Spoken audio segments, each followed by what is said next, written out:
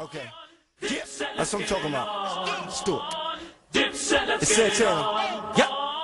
Dipset, let's get it Heat on. makers. Oh, he needs the bass now. Computers were started, for code breaking, tracking missiles, wartime uses. And that really is the origin of where the modern computer came from. And then it moved to these big business database, applications. Computers had been seen as things to never touch, never even be in the same room with a computer. Keep your distance, but be reverent. Be very respectful of those who knew how to do it. But respect was in short supply. In the late 1960s, even computer engineers had a counterculture. They called it hacking. It was a radical approach to computers. Practical goals took second place to what hackers called the wild pleasure of exploration, a sentiment that phone freaks would recognize. Phone freaking was learning how to use a technology, how to penetrate and utilize and expand a technology in ways that weren't generally available to the general public. In the same way, computer hacking is pushing the frontier, learning how to exploit computers and get them to do things that people said simply couldn't be done. For computer hackers to get their kicks, they had to get their hands on computers, which at the time was easier said than done. I had told my dad in my first year of college, someday I will own a 4K Nova computer. He said, Steve, it costs as much as a house. I said, then I'll live in an apartment. I'm going to have a computer someday in my life. When computers were vast number-crunching machines costing $5 billion to develop, the idea of having your own computer, a personal computer, was inconceivable. Why would anyone want his or her own personal computer? That's ridiculous. It's like wanting your personal atom bomb or something like that. The bomb came in the shape of a new piece of kit called the Altair 8800. An article in a technical magazine appeared introducing the Altair, which was a computer kit that you could build. This so excited a couple people in the Bay Area, they decided to form a club, even before the pieces of these computers were shipped out, just to talk about them and share information about them. And they called it the Homebrew Computer Club. 30 people eventually wound up one night in March of 1975 to stand in a garage and look at this box. Among them was Steve Wozniak, and contained within this box was a network which would come to fascinate him even more than the telephone system.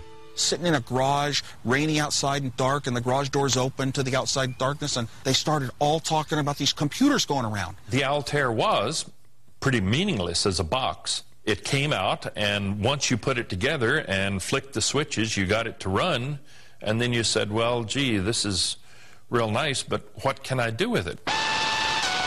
What they did with it was program it to play Daisy. 15 years earlier, computer engineers had coaxed the tune from a machine the size of a house. Now the hackers were doing it for themselves on a home-built kit computer. My interest from that first meeting just sprung up so strongly that every 2 weeks of my life, that was the most important thing I could do. The Homebrew Club quickly outgrew the garage. Computer hacking was catching on. Someone would stand up and say, I've got this problem. Anybody know how to solve this? Or, hey, you know that problem that was mentioned at Homebrew 2 weeks ago? I found a solution to it. And it was a phenomenal information exchange. I just passed out sets of schematics to anyone in the club that wanted them. I Xeroxed tons of copies because, hey, I felt kind of proud they'd be seeing my work. Lee Felsenstein, who became the moderator of the computer club, very consciously set it up, as a hackerish enterprise. Total sharing of information. It didn't attract high-level people who have been successful in companies, business types. Didn't attract real engineers. The hard engineer would be blocked by his feeling that I have to have permission in order to do what's never been done before. We were there because we knew that we didn't need permission. Hackers set out to achieve the impossible, to build their own computers. It was the lure of this was finally computer technology that you can actually have your hands on, you can actually control. Every time someone brought a computer, introduced a computer into the Homebrew Club, the first thing people would do is just rush up, take it apart, and learn everything about it, and just pester the designer with zillions of questions. You know, how does this work? Where's that, pin go to that pin? What kind of bus is this?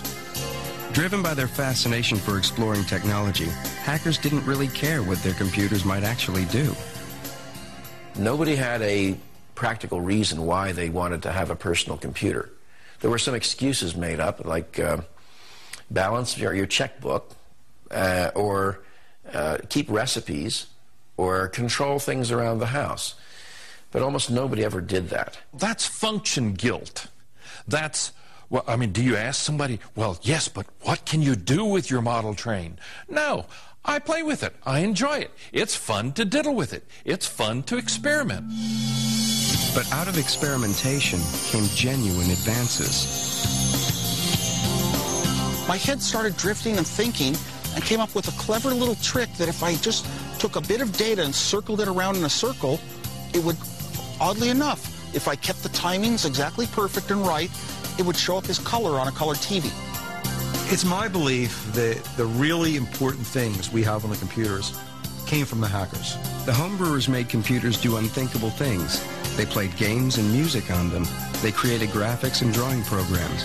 At Homebrew, hacking was enjoying its golden age. Steve Wozniak labored day and night in his garage to produce his perfect computer. Woz, I believe, qualifies as the greatest all-around hacker. He could design the hardware, he could design the software right from the pencil and paper level and make it go. If anybody ever looked at my circuit, they would start to see that, whoa, this guy doesn't just do straight designs like you're taught. He could see things that other people don't see, and make connections that other people don't make. What I love about hackers is that they have a different, maybe enhanced way of looking at the world to make those kinds of connections. Hackers would experiment with any hardware or software they could get their hands on, even if they didn't own it. But not everyone was into the idea of sharing. In 1976, the Homebrew Club received a stinging letter from another computer pioneer. As the majority of hobbyists must be aware, most of you steal your software. Who cares if the people who worked on it get paid? Most directly, the thing you do is theft. In what became a key moment in the history of the computer industry, Bill Gates wrote an angry letter to the Homebrew people saying, wait a minute, I wrote this for money. You can't distribute this. This isn't free. This is work. Bill Gates' letter was a sign of things to come. Personal computers were about to become big business, as Steve Wozniak found out when his garage invention became the first Apple computer. In inventing the Apple I, he really didn't care about inventing a product. He just wanted a computer that would work the way he wanted it to, that had all the peculiarities to it and all the design features in it that a computer hobbyist would like to have. Steve Jobs, his high school buddy, who didn't do the hardware or the software, said, oh, hey, we could sell these things. And Woz says, well, cool, man. Wozniak and Jobs' new company quickly followed the Apple I with the Apple II. Woz's hobby computer was transformed into the hottest consumer product around. The Apple II introduced the idea that it was completely in a plastic case like a hi-fi or a radio that you bought. You just take it home and turn it on and it starts working. Assembling the first Apples by hand in Woz's bedroom, it had looked like a bit of a long shot. But the balance sheet at Apple soon told a different story. I got a phone call from Steve, and he said, guess what? I got a $50,000 order. When you're putting up a few $100 each, wondering if you're getting your money back, and he says he's got a $50,000 order, it is such a huge shake in your world. What? By 1982, Apple sales had reached over $500 million a year. But hacking and business were not compatible. The days of the Homebrew Computer Club were numbered. Maybe I went to a few more homebrew meetings, but pretty much it started becoming not the big thing in my life. The big thing in my life started becoming more and more Apple Computer, the company. Now I had to put, more of my full-time energy into things that were going into products being sold. with companies like Apple forming and becoming serious businesses, secrets became introduced into it. You couldn't tell your colleagues in the Homebrew Computer Club what your product plans were, what you were working on, because competitors might be there and they would say, oh, Apple's doing that, let's get a similar project going ourselves. I think it ultimately led to the end of Homebrew.